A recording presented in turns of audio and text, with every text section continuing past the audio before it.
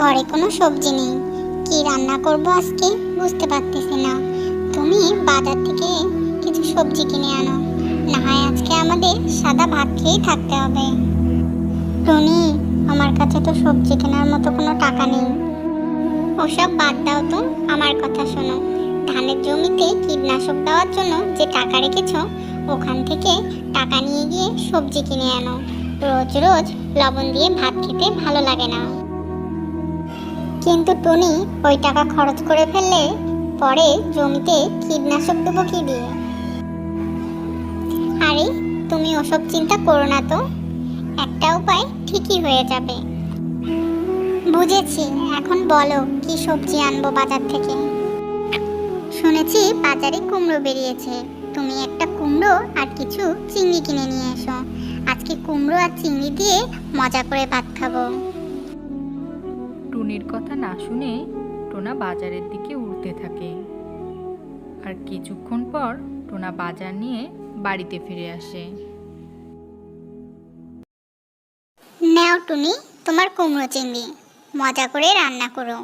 আর অনেক দিন হলো আমি ধানের জমিতে যাই না, যাই ধানের জমি থেকে ঘুরে আসি। এ কথা বলে টোনা ধান ক্ষেতের দিকে উঠতে থাকে আর ধান ক্ষেত দেখে বলতে থাকে, হায় হায়, এসব কি হয়েছে? সব ধান যে পোকা কেটে ফেলেছে, এখন আমরা কি খেয়ে বেঁচে থাকবো?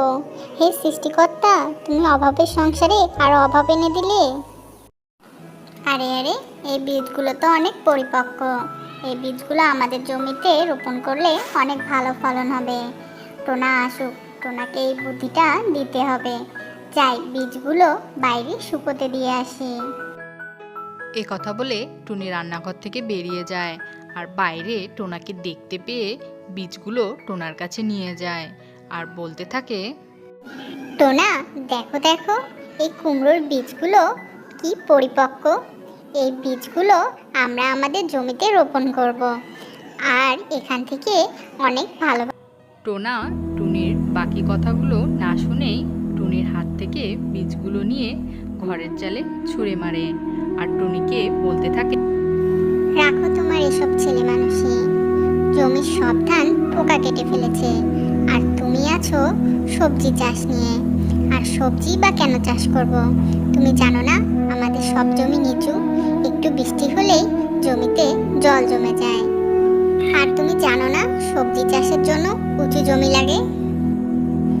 তুমি এত চিন্তা করো না তো টোনা, সৃষ্টিকর্তা সব ঠিক করে দেবে। আর তুমি দুঃখ করো না, আমরা সবজি বিক্রি করে একদিন অনেক বড়লোক হব। আর তুমি আমাদের নিচু জমিগুলো বিক্রি করার ব্যবস্থা করো। নিচু জমিগুলো বিক্রি করে আমরা উঁচু জমি কিনবো, আর এতে করে আমাদের সবজি চাষও ভালো হবে। বাহ, তুমি তো দারুণ কথা বলেছো। তবে আমি এখনই যাচ্ছি উঁচু জমি খোঁজার জন্য।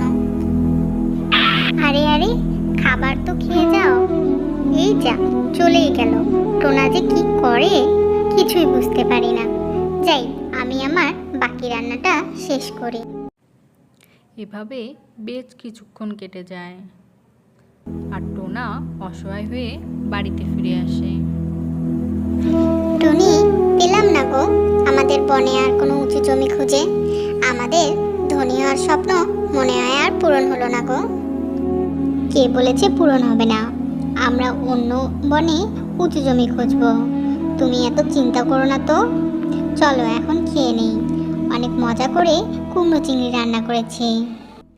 এভাবে বেশ কিছুদিন কেটে যায় আর ঘরের চালে ফেলে দেওয়া কুমড়ো বীজ থেকে কুমড়ো গাছ বেরিয়ে আসে আর কুমড়ো গাছগুলো থেকে কুমড়ো ধরে সারা চালের মধ্যে ছড়িয়ে পড়ে। আর একদিন টুনি চালে কুমড়ো গাছ দেখতে পেয়ে টোনাকে বলতে লাগলো, টোনা, এদিকে আসো, দেখে যাও আমাদের ঘরের চালে কুমড়োর গাছ হয়েছে। আরে আরে, তাই তো, দেখি তো কোনো কুমড়ো ধরেছে কিনা।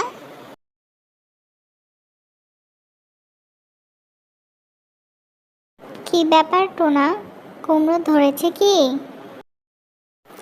হ্যাঁ হ্যাঁ টুনি, অনেক বড় বড় অনেকগুলো কুমড়ো ধরেছে, আর কুমড়োগুলো মনে হচ্ছে পেকে গিয়েছে।